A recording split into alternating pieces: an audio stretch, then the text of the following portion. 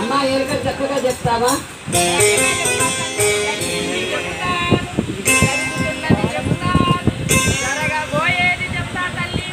అమ్మా జరిగేది జరగబోయేది ముందుగా చెప్పుద్దట. మరి మీ పద్మావతి కోసం కేకేస్తే వస్తుంది. కాదు కాదు ఎరుకు చెప్పారు దామ్మాదా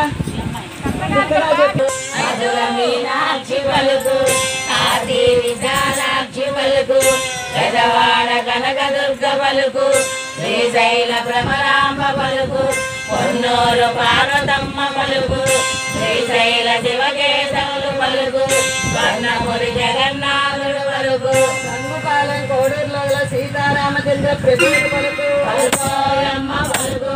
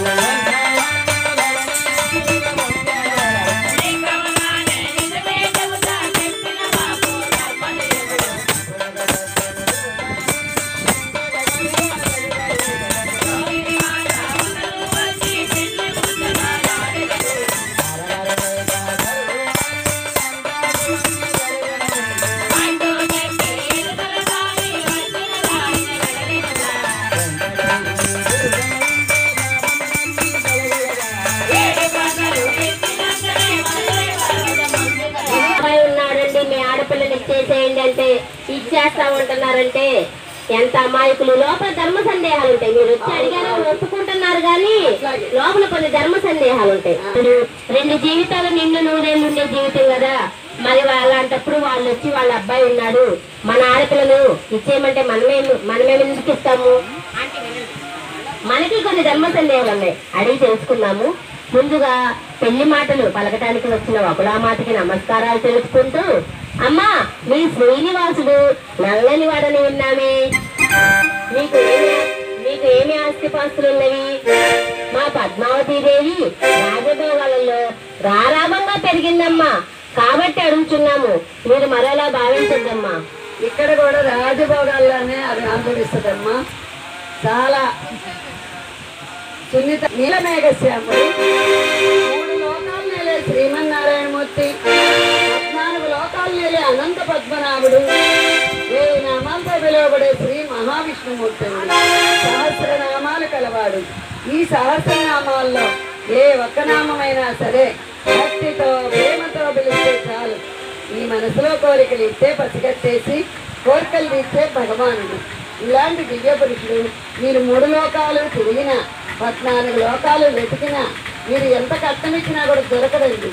కట్నం అనేటప్పుడు ఆలోచనలు పడ్డారు. మరి అంతే కదమ్మా, ఈ రోజుల్లో ఆడపిల్లలకి ఎంత డిమాండ్ గా ఉందమ్మా, ఎంత కట్నం అడుగుతారని భయం. ఏమి కట్నాలొద్దు, కానుకలొద్దు, మేడలొద్దు, పొలాలొద్దు, స్థలాలొద్దు.